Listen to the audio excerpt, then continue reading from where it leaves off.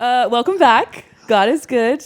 Today we have a special guest, Vou, who is an artist and an athlete and someone that I admire, not only for the work that he makes, but also just the way that he thinks and his resilience, his tenacity, and how much fun he has in his life. And so I'm excited. We just have some really good conversations. So excited to chat today. Welcome to the podcast. Thank you. Thank you for having me. That's like the nicest thing I've probably heard you say about me. So I'll take it. That's so I rude. should be here more often.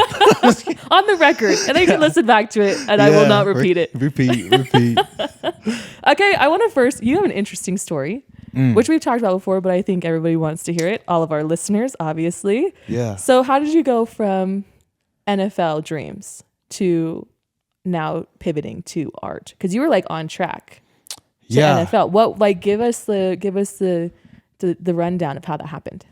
Man, I think probably started when I was at Snow and walking on there, which is a great pursuit in itself, having to prove yourself and back your abilities, you know, to prove your worth to the team and earn a spot. And after my first season and securing a good position on the team as playing middle linebacker, I've been having some, I think, feelings that wouldn't go away, that would kind of tug at me in terms of what I could be using my talents for, and are they magnified the most on the field? Is this where you know, I'm getting the most bang for buck of my life and my impact, or are there other things? And at the time, I didn't know what other things were, but I knew I just had that feeling. And so during one of the my exit interview for that semester, I told my coach, like, I actually don't think I'm coming back, you know, and he was definitely shocked to hear that. After you'd like already put in all the effort to walk on. Yeah, walk on, earn the spot, and then probably earn the starting position there for the next semester, maybe play that year and then transfer to a bigger school. And the first thing he looked at me was just like, dude, are you okay? Like, is everything okay at home? Like, is family good? I'm like, yeah, like they good. You know, we're very blessed, a lot of good things happening.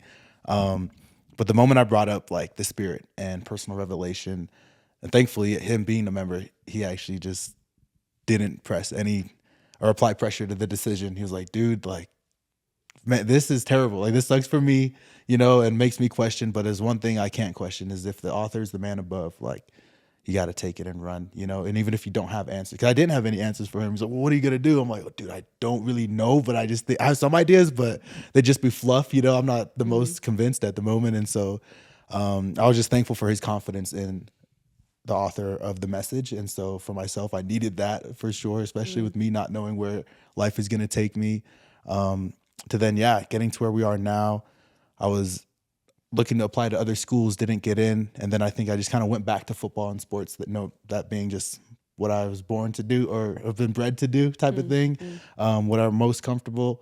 But then even then, when I was at the University of Utah and having a great experience with some of my best friends on the team from growing up, still just having those feelings of, dude, like, maybe you could be doing more, you know, and decided, just to jump ship and dive in, transfer to BYU to finish my degree in the fine arts and looking to see what we could do in the art scene, because football felt so clear and so safe for me. But it's been a rocky ride, but I think worth it, because it's brought the trials of faith that I've needed to build, you know, my testimony now, and trusting the man above, and that feeling that if there's something greater where I could be using my talents and efforts, why not? And let's see where we go from there. So, yeah.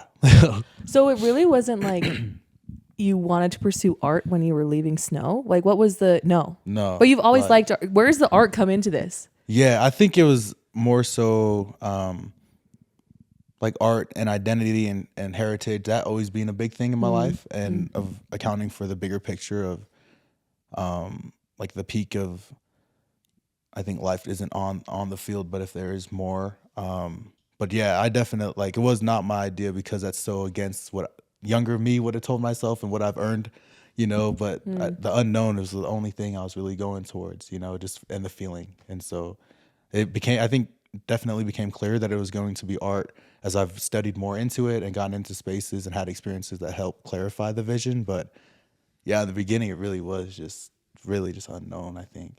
That's wild.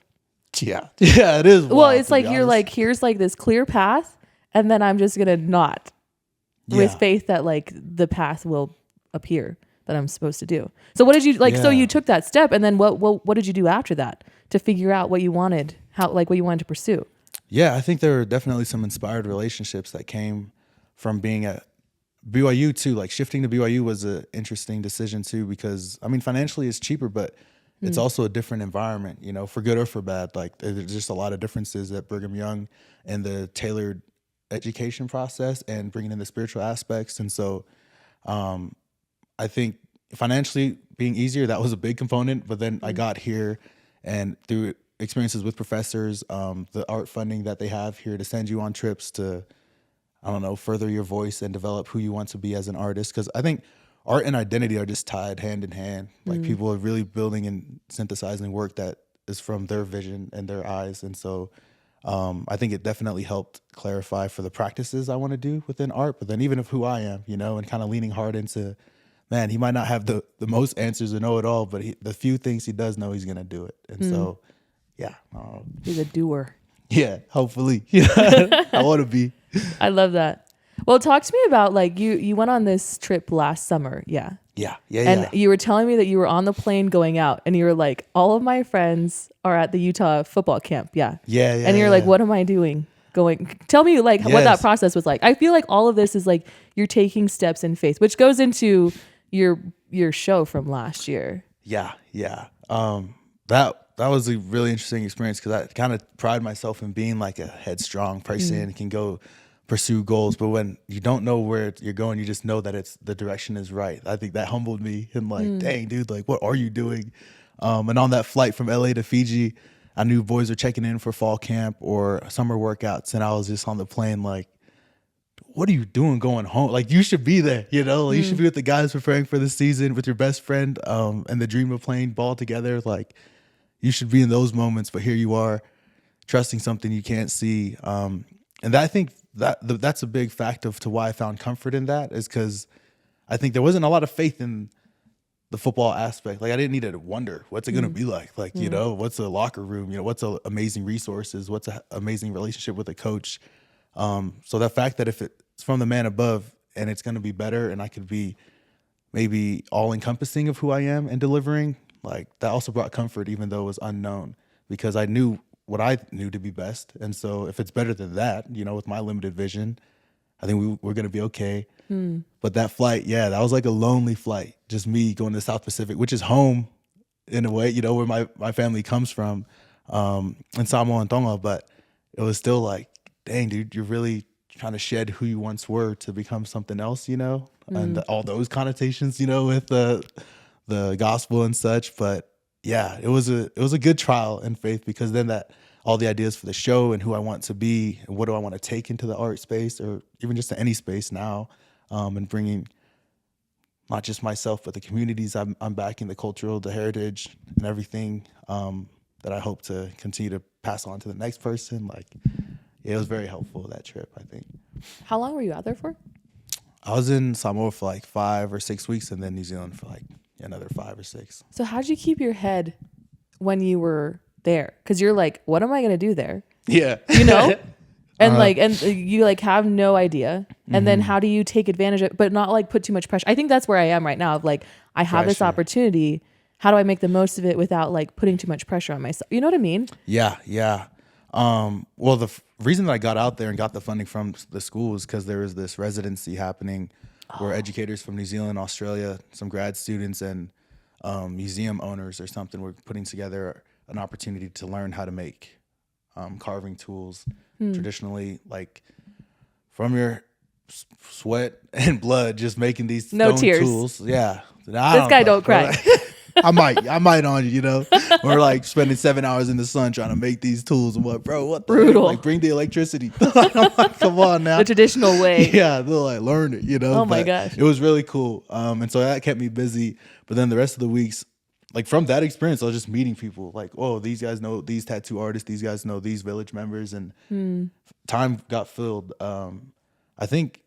Yeah, the way that it needed to be, and almost because I didn't have plans after that. I just knew I could stay, wanted some friends to come out, have some vacation time. But I swear, all along the trip, and New Zealand included, there were just inspired relationships happening all the time. And like my family would just laugh because, usually people go to these places with things that have to happen. Like we go to this beach, have this meal, yada yada. And I'm just here like, I don't know. Like what's the day gonna bring? That's crazy. But so many good things have happened. Like, yeah, since being out there, going to the Super Bowl of Super Rugby in New Zealand and sold out stadiums. My mission companion's brother's playing in the game, and then I don't know, meeting play directors that are young and Polynesian in New Zealand, like having a premiere of their play that they just wrote for, and all these like politicians, university presidents. I'm like, oh, this ain't bad. Like for a knucklehead that just got out here, it was way cool. That's awesome. Cool. I feel like there's something about, not to be all weird and woo woo about it, but I think there's something to like having the right energy of, I'm going to attract the opportunities that are supposed to come to me,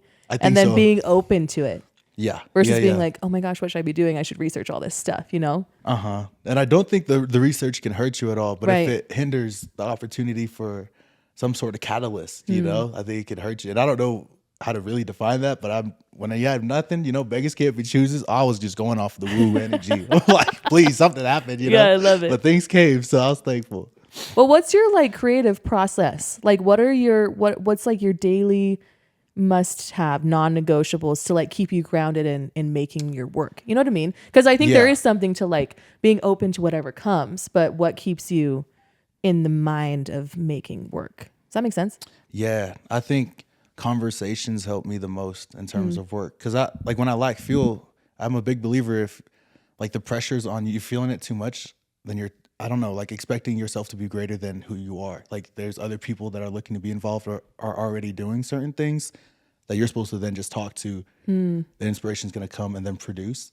And so whether it's like a business plan or like, I don't know, the art show, a talk on Sunday, like if I'm feeling too much, I'm like, dude, you just need a conversation. Like go talk to someone who has been in your shoes or is like your biggest helper, like a biggest loved one, who you like are seen as a superhero in their eyes, and stuff. And it just helps because I'm a big believer in me not being the answer. Like I'm just in search, and conversations help me so much. Like we have all the time, like those conversations all the time with my loved ones or closest friends and stuff. So yeah, I'm the same way. I'm like, I gotta externally process this. It can't just all be in my head or in my journal. I gotta be like chatting about it. Because I think something, it's not even like that you're getting a response from someone, but also just voicing it. It gives words to like these ideas that are just kind of floating around. You know what I mean? Yeah. And the feedback is so cool. The feedback's nice. Yeah, like you're saying, you say it one time, you say it to another person, and things, I don't know, become clearer. Things are gonna stick that you're noticing are sticking because you continue to talk about it. And then I don't know, I like to produce off of those conversations. So like the natural thoughts that you're already having. I like that. So I think they get magnified when they're resonated with, and they're kind of confirmed by other people's experiences or also altered by like, oh, you also should think about this because it's not only this way. Like, oh yeah, like thank you, crazy insightful because I don't know it all. What the heck? I love that. Yeah, I think that helps with the pressure because with some grand ideas, I'm like, dude, how the freak? But it's like, there's a reason why you don't know it all, buddy. Like you need a friend, like, like rely on your people or build more people because there are people out there that are resonating with these things. Like ain't the only one, So I find a lot of comfort in that. Like if I'm feeling like overbearing, I'm like, dude, you're doing too much. Like you are not the Superman. Like find somebody. Wait, that's such a good reminder. I need to remember that. I was at this I got home from South Bend and I found out I was going to Notre Dame and I went to this lecture the next day super randomly. Someone was like, you should go to this lecture. And there was this lady that was talking about Japanese women, photography of Japanese American women. And I said, that sounds right up my alley. Like, perfect. I really need to go to this thing. It's on campus.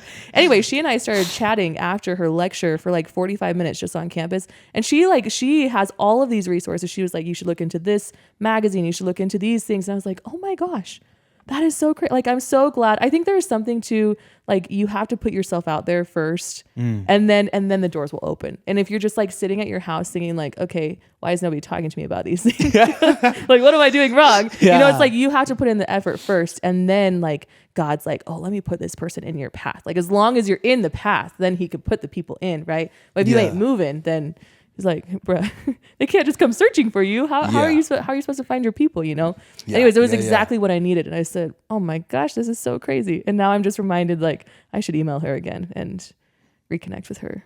No, I think you should because you'll probably end up working together on something. Like if you continue down these paths together, they're pretty parallel. Like, honestly. And I feel like schools should teach you that more often. Like when you feel Yeah. something, like go do something. Yeah. Like, you know, because no one's gonna feel what you feel. We're not wired the same. And It's true. I'm a big believer in like divine identity and the unique talents and gifts that we all have, and the biggest advocate for like teamwork, because the things that move you are different than what move another person.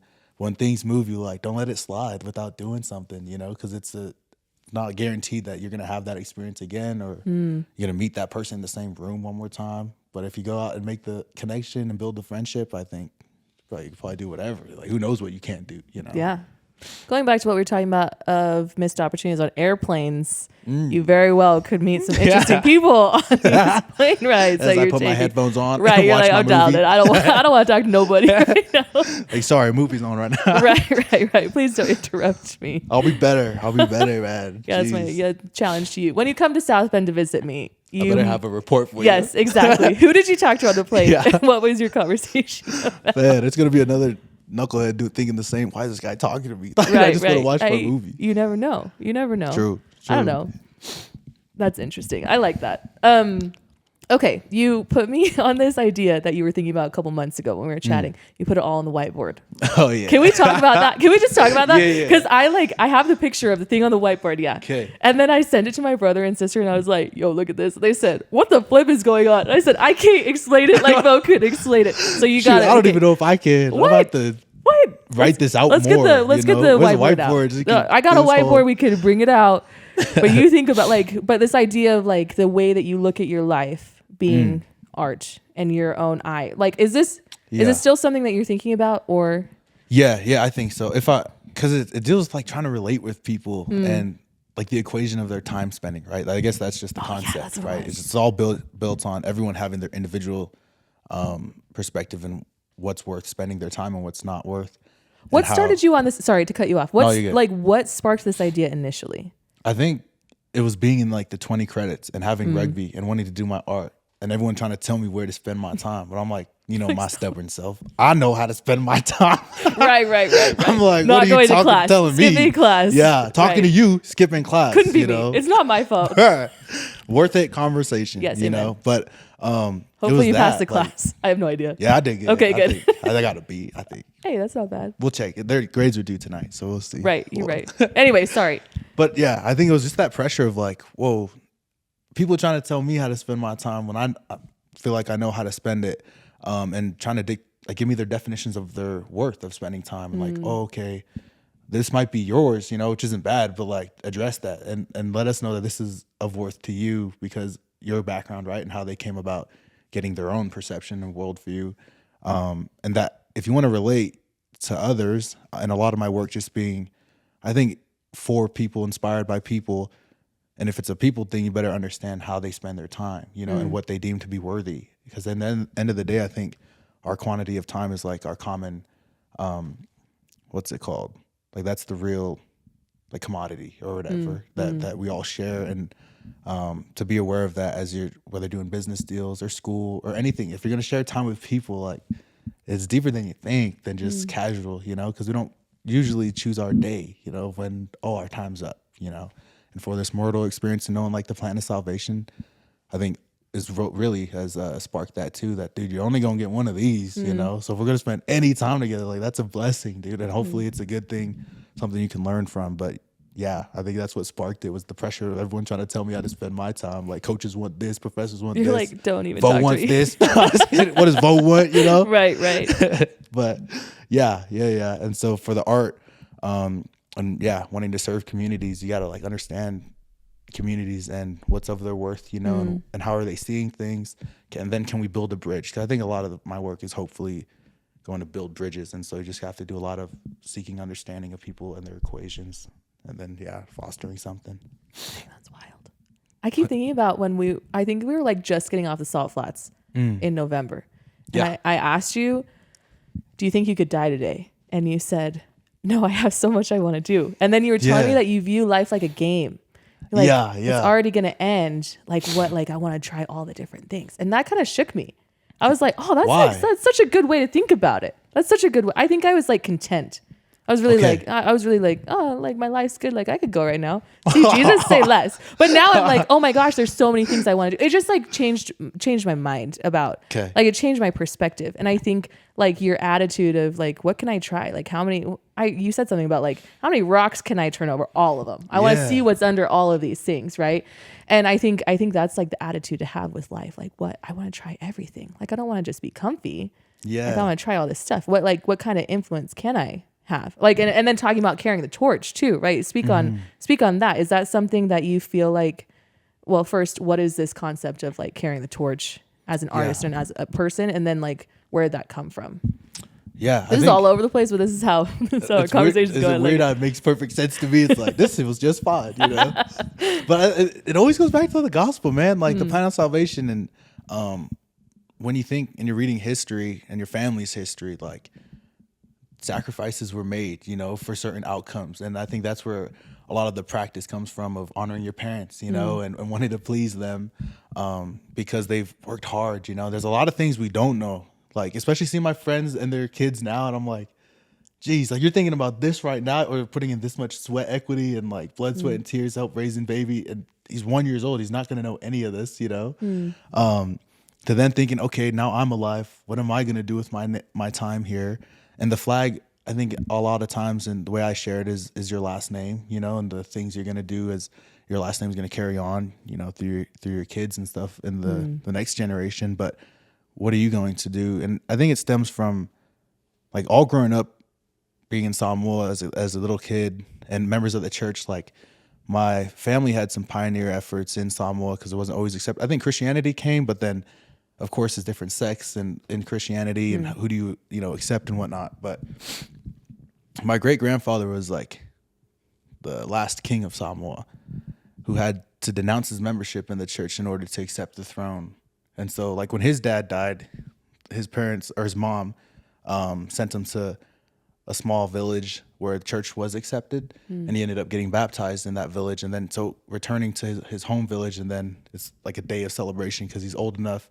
And I think he was sent there also for fear of his life, because he knew he was going to be the one to accept the title of king. It's called Malietoa in Samoa, and so he's going to accept the Malietoa title. So when he returns, when he's old enough, and it's like a glorious day, the son's like he's back, you know, and alive, and probably ready to take on the roles and responsibility and probably a lot of the perks, you know, that come with it. But like the famous quote is when he shared that he'd rather be a deacon in the Lord's church than king of Samoa. And so as a kid, like I knew that story, and it immediately makes you think like, man, what am I doing? If bro was willing to give up this for whatever this church is, you know, what am I doing adding to that legacy? Because for a lot of people, it was like, what? Like, dude, just accept I'm trying to think what the name is of the church that the kings had to have, but just accept that denomination, you know, and still rule. But no, it shifted everything. And then so now I'm his great grandson, don't even know him, never met him, but I think of that story all the time in terms of self-reflection and like, okay, when I look back at his story, I know he's a believer in something. And when I've been able to dabble into the gospel a little bit, I can feel that it's true too. And what am I going to do building on top of that legacy of a believer, you know, and someone who walks in the unknown, but for the few things that he does know, he's not going to shake by, you know? And so it gets, I think, real simple for me of like, okay, active flag bearer of my family. We have this legacy. You can go explore too, because I think there's power in exploring and confirming things for yourself. But once you do feel the things that you feel, like let's magnify, you know, let's go start turning stones over. And especially when it's true, man, like miracles start happening. It makes you like, wish you just had more time to continue to do more work, you know, and to be involved. Like even at that time when we were talking at the Salt Flats, or even now, like I just hate sleep. Like I hate that we have to recharge, you know, like that we have to battle the appetites. Like they just be slowing so much down, I think. But it's all good, you know, part of the mortal test. So dang, what a story. Thank you. Well, not mine. It's boss that's your man's, family. but And I think I think it's so cool that that's like a core family story that's been passed down, you know, like obviously like it's valuable to your parents and to your grandparents enough that like it's not lost. So I think a lot of times like there are amazing stories in our family histories, and then we just don't know about them. Yeah. And I think I'm not like the only one with things like that, when only one family with sacrifices. Come on. Like Yeah. everyone's family's done something, like we're talking about even the migration over to America, like for opportunity. Like there's so much power in that, and I think that's what sparked me identifying with, okay, like someone who believes in faith, and what's faith for me, and can I do the same? And when it's true, you feel it's real. It's like, oh yeah, that now what, and then you're dreaming for other things, but yeah, it's one story, but provided a lot of like context, or even at least confidence in walking in the dark, and being okay, because I don't know, Heavenly Father always shows up, man. Like he always does, I think. Yeah. The remembering, that's like huge. Yeah. That's annoying. We keep forgetting. You know what I mean? Like, why we always forget? How many times you say that in the scriptures? Remember. Fear not, remember. It's like, shoot, I think they go hand in hand. You know what I mean? Mm-hmm. Okay, you told me about this book, As a Man Thinketh. Did you read that? Yeah, I did. Okay. Talk about things I actually do. Okay, I don't watch there we TV, go. but I read books. Okay, I read it in the airport on the way out to South Bend. Hey, that's a good place to read. It's a good place to read, not on the airplane, but in the airport. Anyways, tell me about your mindset. How you you think so different about things. Like but I think you're in control of your thoughts. You know what I mean? So what is like the mental work that you do, or how are you raised, or like how did you get to this point where you like have such a good like mental game? Man, I don't know. As a kid, I just felt like there was a lot of expectation, and I think my older siblings would entertain it a lot, and like struggles with like trying to have their own thoughts versus backing what's being presented to them, with families and stuff. And so I don't know, I thought I was a genius for like, dude, you don't need to ask for permission. If you want to do something, like just do it and then explain yourself later, but why you have to fight for the decision? That didn't make sense to me. Like, because I see their arguments, like, Dad, this or that, and Mom, what the, and I'm like, bro, just do it. Just do it. What the heck?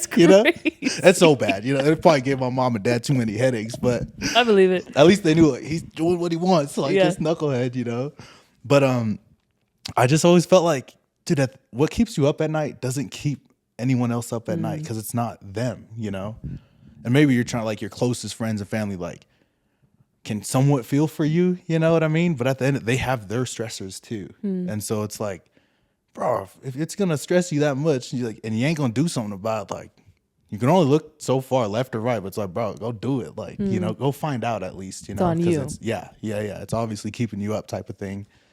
And so I've just always stuck that way, and maybe I'm a slow learner because it takes me, like I don't mind doing something myself and be like, oh yeah, that's true. It's like, dude, you should have just read about that. Like what the heck? But stubborn.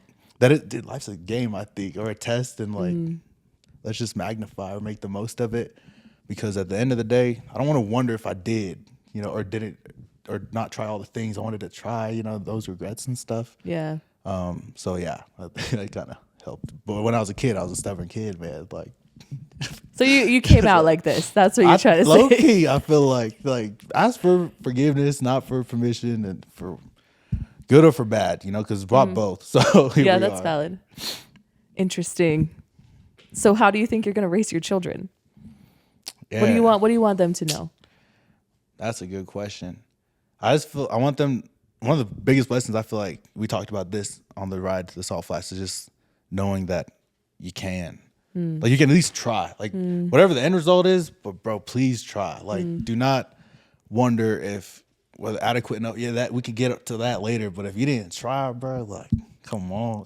Like dude, what are we reading so much about? Like just get out there, get some sweat under your skin, all that stuff. Like that they can do it, and if they want to keep at it, you can refine and rinse and repeat, get better and whatnot. But yeah, just to be not afraid to at least try. Don't take yourself so serious, because I think oftentimes goals, when they look so big and they require, like this deep sense of commitment and this Herculean effort. But it's like, bro, just chip at it a day at a time, and surely we'll get somewhere, So just try it out. So is that what you tell yourself when you have because you have these big things that you're wanting to do in the next 5 years? Yeah. Like you're going with your sister and the rugby team to do this stuff in New Zealand and all this stuff, right? Like these are some big things. So what's how are you talking to yourself about these? Or they're just big, you know what I mean? Yeah. When I was in New Zealand, one of the guys I met, he was this craftsman, and he carves the head tiki, like hanging tikis, jade out of the natural stone over there. Cool. And he told me, and so now I think a bit differently, because he was just sharing with me, like, dude, you know that little buzz you feel like you can actually do this art thing or whatever venture you're on?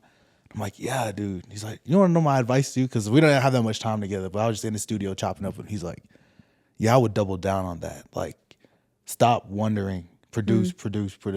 But then when I come back, like this past year alone, I'm just like, it's not a fact of if it's going to happen. It's just how it's going to happen. And it can be, like, when it's your first, like, what are you expecting? Hollywood production? Like, dude, it's your first one. You're fine, you know? But now I just, whenever I have an idea in the next year, I just kind of know it's going to happen. And just align, like, giving it my best for right now. Like, committed to the journey and almost that. Like, I don't know, that's like very, not anti-SMART goal, like specific, measurable, yada, yada. But it's like, what's the best that I could do right now? Because my resources and my network, it is what it is, for good or for bad. But can we at least get this done? And I bet you we can. Ooh, you know? I like that. Like managing the expectations. Yeah. And not setting the bar too high where you are afraid of doing anything. Yeah. I think that's common. But what's the best way that you could do it today, you know? And try that. Then if you want to do it again, it's got to be better because you've already had one rep at it. So, like, you can save yourself some headache. Then you meet someone in the industry and they do this every day. And they're like, well, let me give you 10 years of experience by saving you some headache. And it's like, oh yeah, dude, we're learning faster. You know, like, I think it's like the humility too of like, it doesn't have to be like this crazy thing. Yeah. And it's not about me. It's about like getting the idea out maybe. I don't know. And getting like produced, you know, brought into reality, like making it happen type of thing. Oh, I like that idea of like doubling down on the excitement that you feel. Yeah. Or the inspiration. Like, you can crack it. It's like, it was crazy hearing that, like having nothing in my pocket. Like I was in New Zealand just going house to house with my family, you know, seeing everyone. And like one of them set me up with this guy's like, I don't know much people, but this guy's in the steak and he carves. And I'm like, all right, sweet. And then he's saying that like he did this piece for Jason Momoa for Jack Black, the Minecraft movie or whatever. Oh. And I'm just there like, what the heck? And he's like, Vo, like we probably spent maybe an hour and a half, maybe 2 hours. But he's like, dude, there's one thing I'll give you. Like he gave me his contact, but it's like double down on that. Because I like when you're inspired and he was like, you left football and here you are in the South Pacific. Like, what knucklehead does this? You know, well, I don't know. I guess I do, you know? Like, what the heck? And so he's just like, yeah, feed that. Like, and don't question as much. If it's almost like he told me not to question at all, but he's like, bro, produce. Like, oh, I like that. So it's cool. And it doesn't have to be perfect, but you got to be producing, you know? So. It's kind of exciting because, like, thinking about where you were with football, you had no idea that your life would turn out this way, right? Yeah. And so thinking about, like, God has plans for us that we can't even fathom. Like, we can't, like, our mind, like, we just don't even know what he has coming. And that's, like, kind of exciting. It is. I think it's, like, reframing it from, like, oh, I'm afraid of what's going to happen to, like, oh, what is going to happen? Like, how is God going to show up? What are the opportunities coming? And am I going to be ready? Yeah. I think a lot more on that. And I think Elder Uchtdorf gave a talk on like the unimaginable. And I've been so sold on that. Like, because if I can see it, it's almost not that good. Like, because I'm so limited, right? Yeah, and I'm gonna have to read a lot of books before I start seeing something super sick. You know what I mean? Like, and I ain't even reading like that. Yeah, you be listening to this audiobook. Right, right. But that's what's so cool about, like you're saying, like trusting in the man above's vision, you know, that he has the like better eyes, you know. And when things get parallel, I think that's when I start seeing things of like, whoa, if I magnified to the best that I know now, like I get a new idea of how to do it bigger. And then in a year, I'm like, whoa, like more is revealed, more reps were taken, like refine them. Dude, the next one's got to be better. Like, what the heck, you know? But glimpses come out. Like when I'm on the plane almost all the time, I'm like, dude, this could happen. And it's like, dang, this is the baby step I'm taking, but I'm thinking bigger a lot of the times because I'm like, the moment I can think it, it can get better almost. Because then Heavenly Father's like showing me a little something, you know, of how it could happen. So, oh, I like that. So it's like that rays of light talk. Have you heard that one? I don't know. Who gave that one? I think there was, I feel like 2 guys did. Some guy was talking about rays of light and pillars and rays or something. And then some other person was like a BYU speech and he was like in a tunnel that was like, had slats of open windows kind of Okay, in I this was tunnel. like, open wood. It's not like it wasn't like a whole, it wasn't like all glass, right? It was like cement, and then it was like open to the air, and then cement open to the air. And because they were Okay. moving by so fast, like you could see the whole scene because it was just like these rays of light coming Yeah. through. And I like the idea of like Heavenly Father's just giving you like, here's this one thing, like here's this idea, run with Yeah. it, and I'll give you the next step, and then I'll give you the next step. It's kind of, oh, my sister says this. She says it's like a treasure hunt. Yeah. Personal revelation is like a treasure feel hunt. like- Okay, so where does God tie into this? Like with your creative process, is he there the whole time? Like how do you incorporate him in all the things that you're doing? It sounds like he's like Yeah. aligned with everything, but talk more about that. Yeah, I feel like that more. Like, I don't know how he's not. Yeah. Now, especially with such a pivot and a trust in a different, I guess, path. It just feels like the whole thing is not like everything I do is of God, but like, bruh, no way I was gonna give up football. Like the whole thing is so weird to me that I gotta lean on him because like this wasn't my idea in the first place. Like what the heck? That's funny. You know? And Yeah. so I think I've gotten better through experiences though. Like you go out, you experience something like whether the trip to Hawaii or the trip like back to Samoa or going to New York, whatever, and like sparks happen, you know, and you're taking an updated version of yourself because who you are today is different from yesterday, and context always needs updating, you know. And so if things are continuing to stick and they feel of good worth or of a good cause, I think above everything, yeah, it just seems like okay, let's run with it. But especially when a lot of my work is involving like heritage family history, and it's just pretty much talking about the scripture you based your presentation off of, shared through a cultural lens. So there's less of a barrier of entry for non-members because I think there's so many other if you speak culture and heritage, they can probably resonate more than family history and the spirit of Elijah, right? And just sharing it through an easier way to access. Because I think there are things and experience or times when the veil gets thin, and I don't think you have to be a member to experience that, you know, to have those touches of light where you're like, whoa, like I feel this is real. And pertaining to family and like, as the prophecy already talks about, it's like, bro, I'm not really guessing as much as, you know, you think, because it just seems, I felt it heavily in my life, and it's like, whoa, available to everyone on earth. Like, what? They all have families. They've all already made the decision to follow Christ once. Like, yeah, I think we will be okay, you know. But I think the gospel is what's helping me to be confident and to blow things up too, because I'm like, dude, these times, these problems, these questions people are having have been prophesied, and the stressors they've been having have been prophesied. So I'm not really guessing like, oh, what's going to be the basis of it? It's like, bro, like this stuff is like the living water of Christ just being brought to people, you know? So It's a doctrine. yeah. Yeah. It's not like I need to go out, have the research crew go run it. What the heck? Like what? Like the foundation's already there. The idea is already there. It's like- just like, how are you going to express it, I guess. And it feels very much like missionary work. That's also why I think it's very, I don't know, feels like it requires inspiration or experiences and others to be involved, because it's like not my work, you know, at the end of the day. Interesting. And we talked about that, like art not being, I'm not the one who owns my artwork. Like I'm just the steward at the time, like with the torch. And shoot, there have been conversations that have been prophesied to be had. And here we are, you know? So it's like, yeah, very, I think, oriented with the man above. Yeah, So, you're the vessel. yeah. You just yeah, have yeah. to be willing. Yeah, the hands, you know? The He just needs hands. hands, man. Oh, I like that idea though, of like, I think it's easy with missionary work on the mission of I am representing the Lord, but like he's given me these gifts, and like how am I using them to further his work, and how can I stay aligned? Like how can I always be aligned with him? So I'm doing it in the way that he wants it to be done.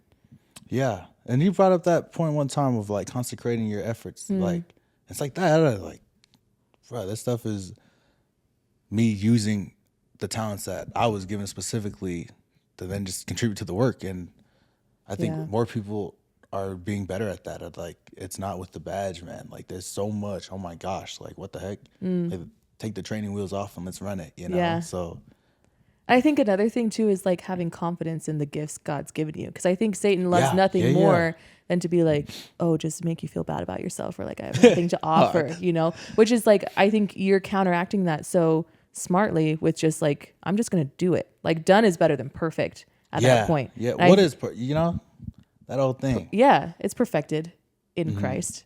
Yeah, yeah. and not at the first time. This ain't like Yeah. keep going, you know? Yeah. Oh, that's so cool. I like that. Have you seen that video on Rick Rubin and Dude, I have his book right there.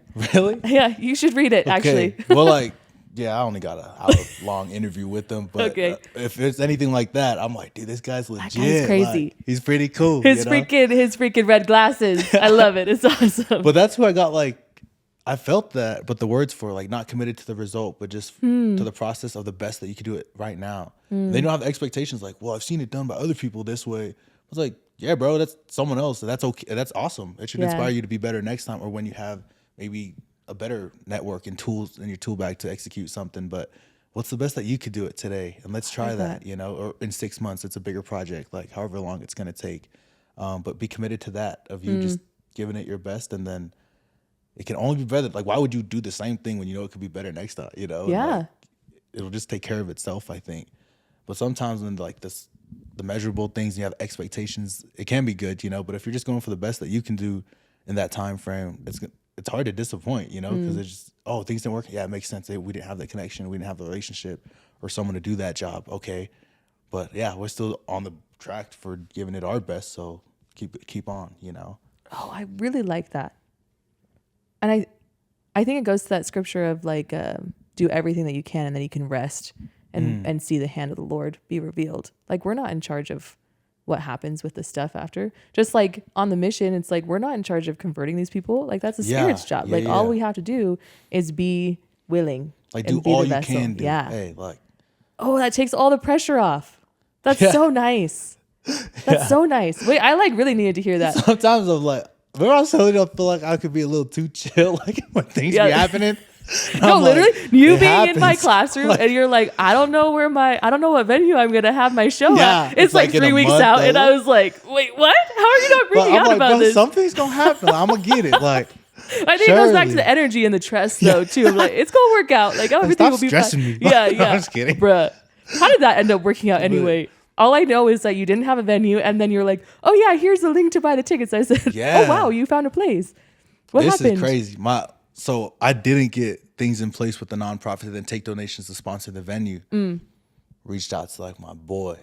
I'm like, and this is the one that come with me everywhere. Like, if I have a trip, New he's York. financially available and working, like he could get the time off. So like, I'm like, hey McKay, like this is your knucklehead friend who's banking on this art thing, and I promise you I'm gonna sell out. Like, well, he's like, you really think this is, how much you need? I'll need a couple grand for the venue. He's like, oh, he fronted you the money. Yeah. Really? And so he was like, all right, Bo, like, I know you, and I think this thing is true. Like, let's run it. Like, I'm like, all right, thank you. Like, dang. But yeah, he fronted it to me, so then I secured it. Like that week or something. What does your friend do? I was so confused. He's an electrician. Like, I was just the power lost. of the trades. I have that. Like, valid. Dude, trade school seems so legit the way he's running it. That's crazy. Yeah, gave me a couple grand. I got the venue. Wow. I was able to then push everything else because everything relied on the venue, and then availability too. Like, it all came, and yeah, it worked out. You know. I think that goes back to the humility though of like, I'm not too proud to ask my friends for things that I need, you know? Yeah. And then it's also like, who could give that at the time? Yeah. Too? Like, he's the man. Like, he's really cool. But we almost talk about like, bro, it's maybe 2-3 grand now, but like maybe one day it's gonna be 20 or 30K, and there's no hesitation. It's the same energy. Like, and the I jet, got you. You know, yeah. And the Rolls Royce. Yeah. So sure, if we can't do a couple grand, we're gonna be a lot. It's gonna be a while. I'm just kidding. Right. Hey, that's cool though. That's cool. Yeah, he was so cool. But yeah, selling out, I was like, bro, I promise. Like, I'll get you the cash. Right, it'll happen. Everything will be fine. Bro, the people better buy these things. I'm like, but you did sell out. But it did, yeah. You like, did. what the heck? I think it was like, a couple days or whatever. Yeah, it was awesome. Good. I was like, I gotta jump on this. These are all gone. Yeah. I can't even get in. Shoot, I don't know how I'm gonna see my pictures that I took if I don't pay to come here. Saying. You know what I mean? That's awesome. Oh man. So that whole thing was a whole miracle in itself. But I knew it was gonna happen. Like, or the right things would happen, you know, because the whole venture and when the inspiration was in New Zealand for having that show, like, yeah, it just had to happen. So, well, I think there's something to like when you know you're aligned with God, you just trust that it's gonna work out how it's supposed to work out. You know, like if you're already on this path and you were given these experiences and you know you're supposed to do this thing, then it's like, all right, God, show me how it's gonna happen. I'm excited to see what happens. You know. Yeah, and like, I think I have a decent understanding of like work ethic, at least for my best and stuff, for what it is now, that like, bro, put it all on the table, but then also don't put it all on the expectation that it's going to happen your way though, because sometimes like, How do you separate that though? Man, I struggle with even this now with like some of the projects, like New Zealand being one of them. But I should be reminded, like last year's trip was so crazy and it didn't happen at all to like how I wanted things to go, or maybe could have been easier and whatnot. So it's almost a reminder of like, dude, don't doubt the man, like his power, and like, and you could have it done the worst way, but the fact that it got done at all enables so much opportunity for collisions to happen that could just exponentially change the whole situation. And you're out here thinking like it has to happen this way, like, like give your best. And there's certain things that probably should happen, and research and refinement will give you better. But man, I just need to stop doubting him. Like what's possible with my little efforts, because it's way different than what I think. Yeah. I think that's going back to remembering too, like reflecting back on last summer. Yeah.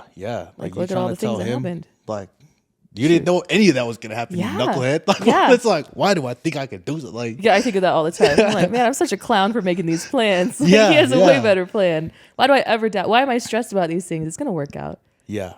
I think you always hear it in the scripts, but the God that helped Nephi build the boat, Moses probably just like, come on, same guy. You don't think he gonna help you when you're stupid? Like, come on, Honestly. I mean, it's not stupid, but just humble yourself, buddy. Like, I think of that all the time. Moses is my guy. I'm like, dude, he came through, and he will for me too if I'm like aligned with what I'm supposed to be doing. Yeah, and then the moment you start, I think, frustrating yourself because you're like, well, this result's not in line, or it's not gonna happen this way. And the whole time he's not stressing. He's like, dude, that was never gonna happen it's like self-inflicted, buddy. Like at this point, it's like, come on, man. Like, I don't know. Humans. I wonder sometimes if we knew the timeline of things that were gonna happen. Like a lot of people in my ward are like, when am I gonna get married? When am I getting married? It's like, if you just knew it was gonna happen in 2 years, like how differently would you live? If God was like, this is the day you're gonna get married, would you still be so stressed about it? Like if you knew his promises were sure, and he would deliver on what he's talking about, and he's for real. Like then all the worry can go away, and then you can like live your life and enjoy your life. And I think Heavenly Father gave us this earth to enjoy it, and I think you've helped me learn that too. Of like this life is like a game, like, and I think you do a really good job of like enjoying your life. Which I think is even like, despite like having all these crazy things going on and like all these aspirations, it's like, no, but I'm like in the moment. This is all I got right now. Right. And I remember us talking about things having meaning because they end. I think it was like in that conversation of time. Yeah. Of like, there is meaning like to life and to situations because we know that they're finite. And that's been on my mind a lot too, especially because I'm like moving. I'm like, gosh, freaking dang. Pages turn, man. Yeah. And I'm like, well, I'm treasuring these opportunities, like to see you and to like go to the gym with Tyler and like do all these different things. I'm like, I like enjoy these so much more because I know it's not going to be like this forever, which is just wild. But like, what does that mean for eternity? What are we going to be doing? Yeah. So, I don't know. It's kind of bizarre. I don't know. Like, is that something that ends in this state? You know what I mean? I don't know. Is that a mortal thing? I don't know. Kind of exciting. Yeah. And it's like heartbreaking too. Like, or we're guaranteed that, that we're gonna miss things, and people are gonna move on and stuff. Like, that's a tough one to wrap your head for good and for bad, because it enables good, because it enables bad. Like, it's like a lot of opposition and stuff. Yeah. It brings both to the table, not one without the other, because they can't exist without. And we have to experience both of them. Like we have to. Because like the lows make the highs so much better. The failures make the successes that much more rich. You're like, oh shoot, I'm glad it didn't turn out badly again. Thankfully. Yeah, that's interesting. Do you have any words of advice to anybody that's wanting to create things or feel like they're not creative, or just anybody that wants to add creativity more into their life? Do you have any words of advice? We'll end on this question. I think everyone's creating. Like, when people need to add more creativity, like if you're a human, you've been creating. It's not a new thing. It's actually, I think, one of the traits that identifies us as children of God is the ability to create. Because like we were talking about earlier, like no one else animals ain't thinking of making meaning of their own lives, and putting values to things and whatnot. But if they're hesitant, I feel like you just got to be reminded of your divine identity. Like you're a son or daughter of God, and he don't play, and he has all the powers. And if you're front of him, like you need to stop listening to that voice to think you can or that you're not, because especially during our time, I think it's been unreal. The tools that we have is so crazy, and the opportunities to learn of other people's stories and to be connected, like phone calls away from people. It's never been so accessible with smartphones being all over and stuff that I think people are just waiting to hear of you, to be honest, that your audience is going to be there. I don't know how you're going to find that, but I feel like that's what makes the human experience so special, is because we love to share and to resonate and to relate to one another. So you're already creating, and if you're looking to magnify, I think just remember who you are, and you got it. Oof, that's wise.